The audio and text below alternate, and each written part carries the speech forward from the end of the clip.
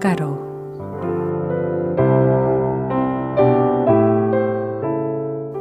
이 시간에는 순복음 충만교회를 담임하시고 두나미스 미니스트리를 이끄시는 윤함수 목사님의 말씀입니다.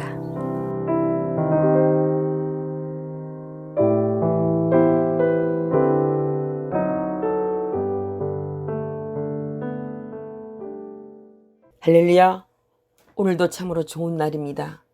하나님의 크신 은혜와 평강이 여러분 위에 오늘도 충만히 임하시기를 우리 주님의 이름으로 축복합니다. 저는 오늘 내 안의 영적 전쟁에서 승리하려면 이와 같은 제목의 말씀으로 여러분과 함께 은혜를 나누고자 합니다.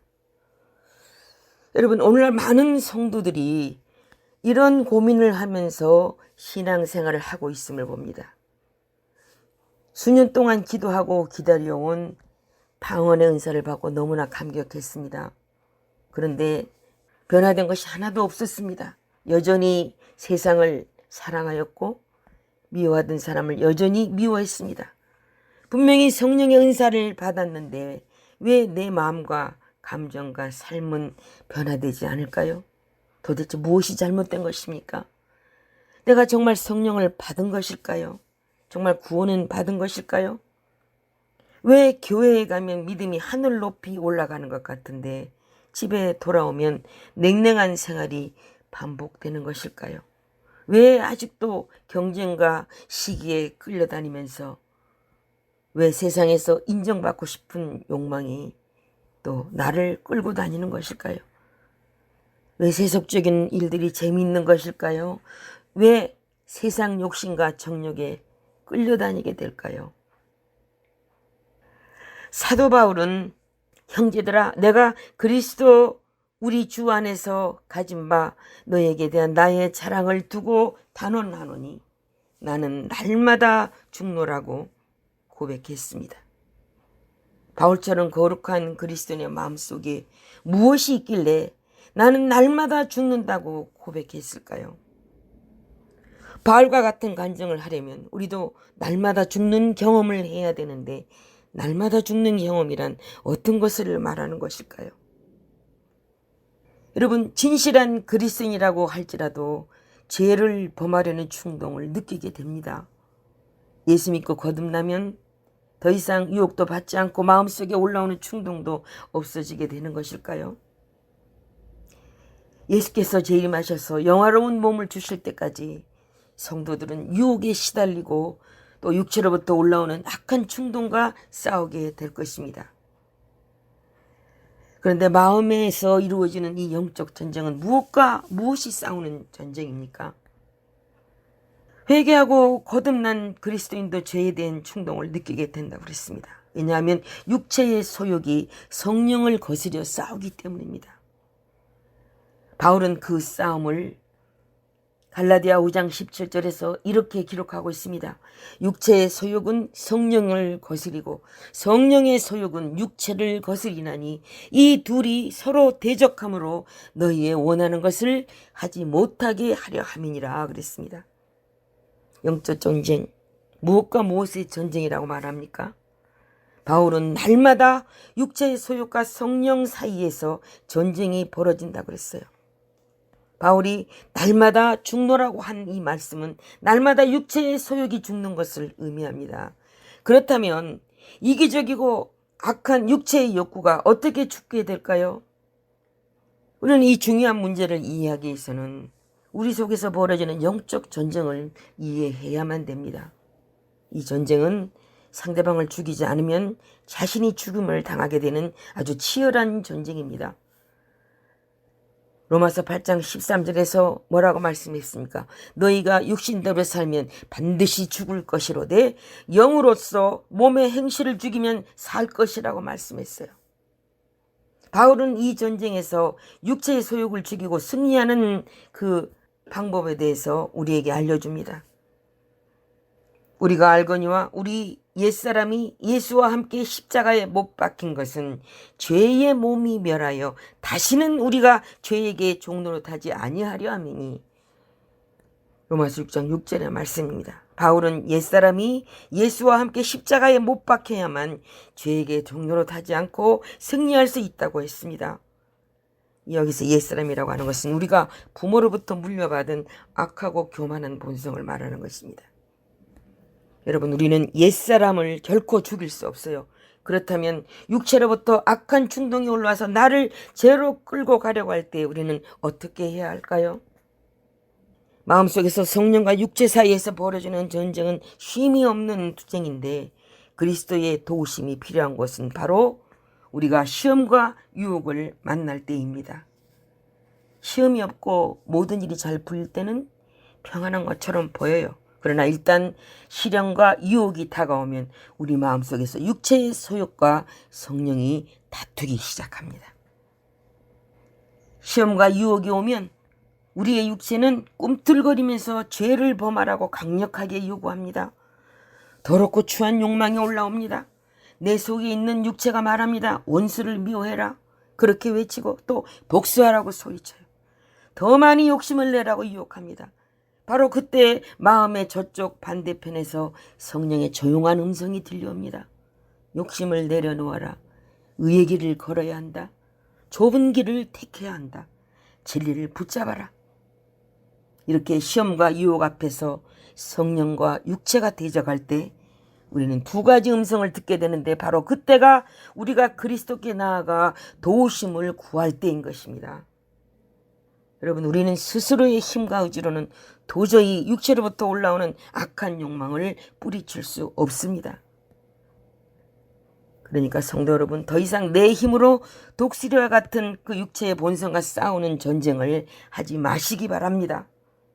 새 언약 하에서 사는 성도, 은혜 안에 거하는 이 그리스도인들은 스스로의 힘으로 싸우는 전쟁을 하지 않습니다. 왜냐하면 혼자 싸우는 전쟁은 결국 나를 패배와 좌절과 낭망으로 이끌어간다는 사실을 잘 알기 때문이에요. 역대하 20장 15절에 여호와께서 너에게 말씀하시기를 전쟁이 너희에게 속한 것이 아니요 하나님께 속한 것이니라고 말씀했기 때문입니다.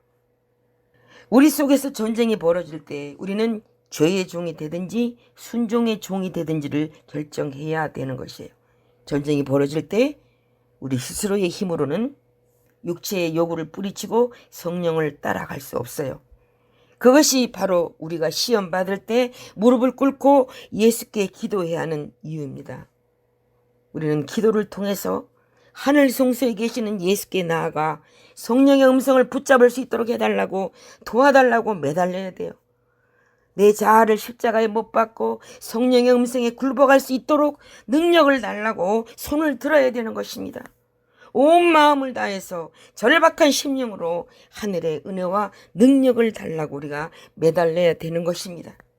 주님께서는 악을 거절하고 순종의 종으로 인도해달라고 간구하는 성도의 그런 기도에는 반드시 응답하여 주신다고 성경에 약속하셨습니다. 자, 그렇다면 여러분, 그리스도인이 실패하는 이유가 자명하지 않습니까?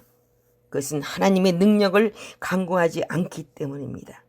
기도하지 아니하고 성령님의 도움 없이 스스로 시험과 싸우기 때문입니다.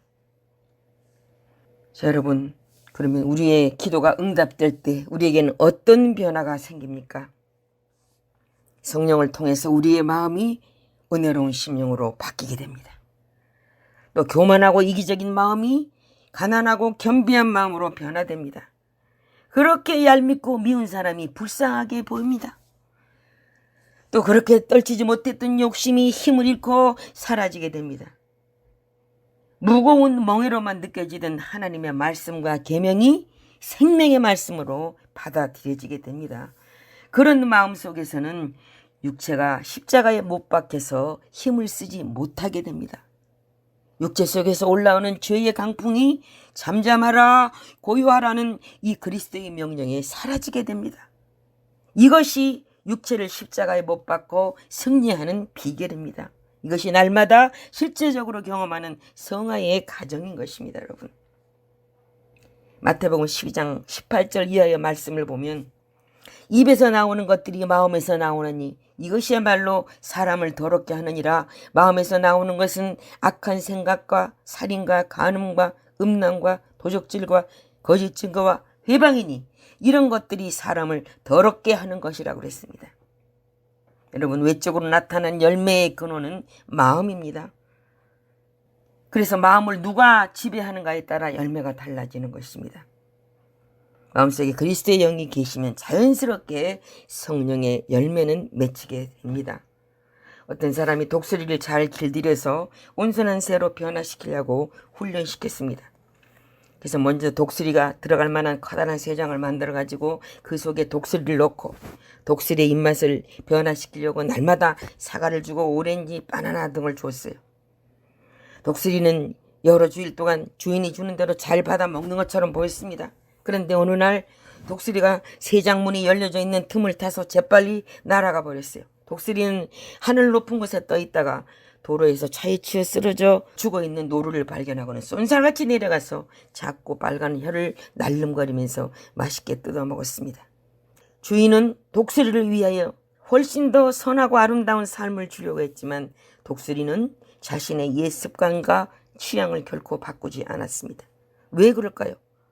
독수리는 태생부터 더러운 것, 냄새나는 것, 썩은 것을 좋아하는 새이기 때문입니다. 여러분, 우리는 우리 속에 그와 같은 독수리가 있다는 사실을 인정해야 됩니다. 왜냐하면 우리가 우리 속에 있는 독수리 같은 육체의 본성을 정확하게 이해해야만 참된 그리스도인이 될 수 있는 길을 발견할 수 있기 때문입니다. 우리는 한동안 비둘기와 함께 먹이통 곁에 앉아 있을 수 있어요. 또 비둘기와 함께 모이를 먹고 비둘기의 행동을 흉내낼 수 있습니다. 그러나 주인이 우리를 지켜보지 않거나 누군가가 우리 곁에서 지켜보는 사람이 없으면 독수리의 근성을 나타내면서 날카로운 발톱과 부리를 드러냅니다. 육체가 이끄는 대로 살아가는 사람도 평안할 때는 비둘기처럼 말하고 행동해요. 그러나 시험과 유혹이 오면 독수리의 악함을 여지없이 드러내는 것입니다. 이것이 바로 예수님께서 베드로에게 주셨던 경고입니다. 네가 진정으로 회개하여 거듭나지 않으면 너는 내 속에 있는 독수리로 인해서 처절하게 쓰러지게 될 것이다. 그러므로 너는 깨어서 기도해야 된다. 곧 내 앞에 큰 시험이 온다.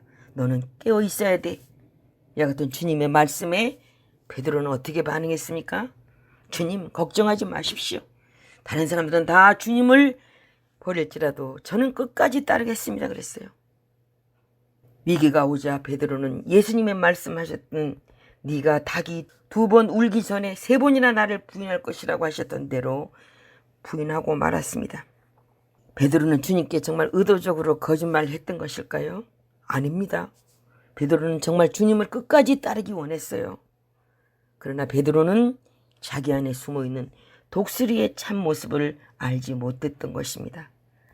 에레미야 17장 9절에 말씀합니다. 만물보다 거짓되고 심히 부패한 것은 마음이다 그랬어요. 여러분, 우리는 우리 자신의 영적 형편을 예수님이 우리를 아시는 것처럼 알고 있겠습니까? 우리의 육체를 십자가에 못 박아야만 베드로와 같은 죄에 빠지지 않을 수 있는 것입니다. 사람들은 옛사람과 자아를 십자가에 못 박아 죽이는 대신 자기 안에 있는 선한 것을 조금씩 훈련시키고 개발시켜서 좋은 그리스도인, 착한 그리스도인이 되려고 합니다. 여기를 고치고 저기를 메꾸다 보면 언젠가는 나도 훌륭한 그리스도인이 될 수 있겠지, 그렇게 생각해요. 그리고 그런 사람들은 대개 이렇게 자신을 위로합니다. 인간은 태어나면서부터 악하고 이기적인 존재지. 비록 우리가 예수를 믿을지라도 악을 행하면서 살아가는 것은 당연해. 하나님의 말씀과 계명을 순종하는 것은 정말 불가능한 거야. 우리는 타고난 대로 살다가 죽을 수밖에 없어. 여러분, 오늘날 수많은 사람들이 하는 이런 말에 여러분도 동의하십니까? 성경은 내 안의 영적 전쟁에서 승리하는 방법을 로마서 6장 6절을 통해서 분명히 말씀해주고 있습니다. 우리가 알거니와 우리 옛사람이 예수와 함께 십자가에 못 박힌 것은 죄의 몸이 멸하여 다시는 우리가 죄에게 종노릇하지 아니하려 함이라 그랬습니다. 내 안의 영적 전쟁에서 승리의 비결은 우리의 옛사람을 십자가에 못 박는 것입니다. 여러분, 사도 바울이 말한 것처럼 너희가 육신대로 살면 반드시 죽을 것이로되 영으로서 몸의 행실을 죽이면 살 것이다. 이 말씀을 기억하면서 날마다 영적 전쟁에서 승리하시는 여러분들이 다 되시기를 우리 주님 예수 그리스도의 이름으로 간절히 축원합니다. 지금까지 순복음 충만교회를 담임하시고 두나미스 미니스트리를 이끄시는 윤암수 목사님의 말씀이었습니다. 신앙 상담이나 기타 자세한 문의는 전화 224-522-9354 또는 847-635-9024번으로 연락 주시기 바랍니다.